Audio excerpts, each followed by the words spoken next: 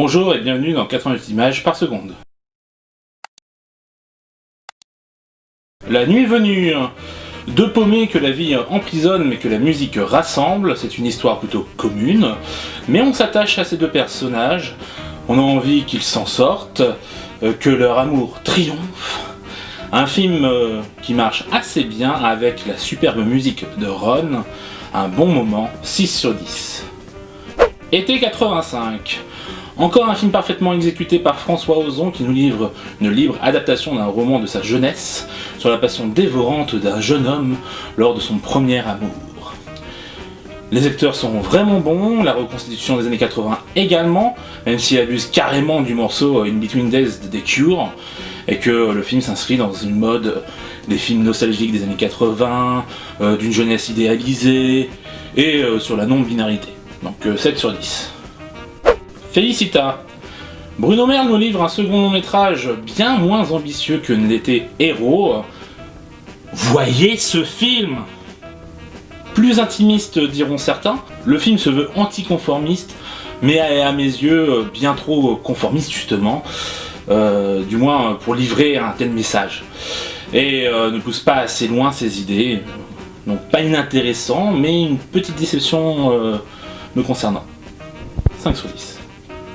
L'aventure des Marguerites, un film fantastique français mélangeant deux époques, c'est assez inhabituel pour être souligné. Et il faut dire que ça marche plutôt bien, même si c'est traité avec légèreté. En plus de son casting solide, il révèle la talentueuse Lila Guénaud-Lefa, qui a le rôle titre. J'espère qu'on aura l'occasion de la revoir, car il nous livre une sacrée prestation. Le long métrage est drôle et émouvant, ça fonctionne bien, c'est agréable. Allez le voir, 7 sur 10. Divorce Club.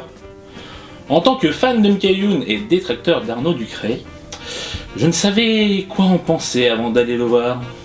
Et ce qui est sûr, c'est qu'on passe un très bon moment devant cette comédie. Donc Arnaud Ducré remplit très bien son rôle, et il est entouré d'une myriade de comédiens de talent, qui sont parfois là juste pour quelques minutes à l'écran, mais c'est toujours bien fait et drôle, donc je ne peux que vous le recommander, 7 sur 10. Rencontre fatale. Un téléfilm qui aurait parfaitement sa place sur M6 ou TF1. C'est vous dire la qualité de son scénario cousu de fil blanc, mais en même temps, lorsque l'on connaît la carrière de son réalisateur Peter Sullivan, il n'y a rien d'étonnant là-dedans, vu qu'il s'agit d'un réalisateur justement de téléfilm. Donc 2 sur 10. Voilà, pas vraiment de film de la semaine, même si j'aurais presque voulu vous mettre plus en avant le film de Mickey Youn, Divorce Club, mais non. On peut tout de suite se dire à la semaine prochaine. Suivez-moi sur les réseaux sociaux, bien sûr, Twitter, Discord, je vous attends. Sur ce, ciao!